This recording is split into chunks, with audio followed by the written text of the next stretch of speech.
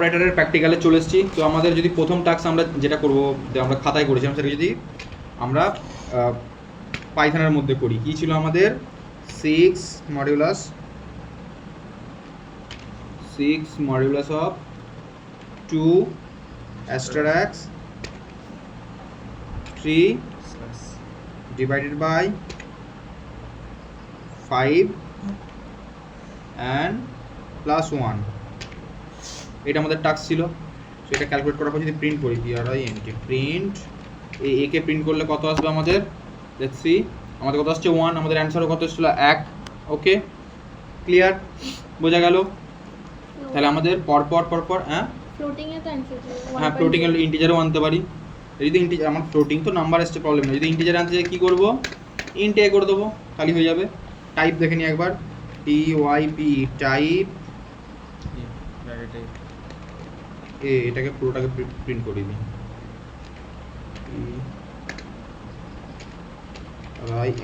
Print কি আসবে আমাদের, ফ্লোট। ওকে, ফ্লোট টাইপের আসছে, পুরো রেজাল্টটা ফ্লোট টাইপের। তাহলে আমি কি বোঝা গেল, এরকম যদি তোরা নিজে থেকে বল একটা ক্যালকুলেট করে দেখায়। আচ্ছা, যেগুলো আমরা এটা করেছি অ্যাকচুয়ালি লজিক্যালটা করে দেখাই। এ ইজিক্যাল টু কন্ডিশন দিয়ে আমাদের কি ছিল, 5 ইজিক্যাল টু 6 and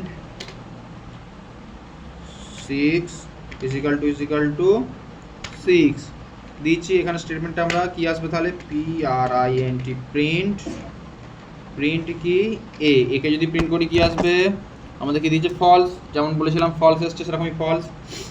ওকে, ঠিক একইভাবে যদি ওপরের স্টেটমেন্টটা আমি কি দিই, ট্রু দিই, অর দিই, অর ইউজ করলে কি আসবে, এটা ট্রু আসবে, যে কোনো একটা কন্ডিশন ঠিক হলেই হবে, বলা ছিল অ্যাসাইনমেন্ট অপারেটরের মধ্যে। ওকে, আরেকটা যেটা বলেছিলাম ভ্যালু অ্যাসাইন হয়, দেখি দিই সেটা, a সমান 5।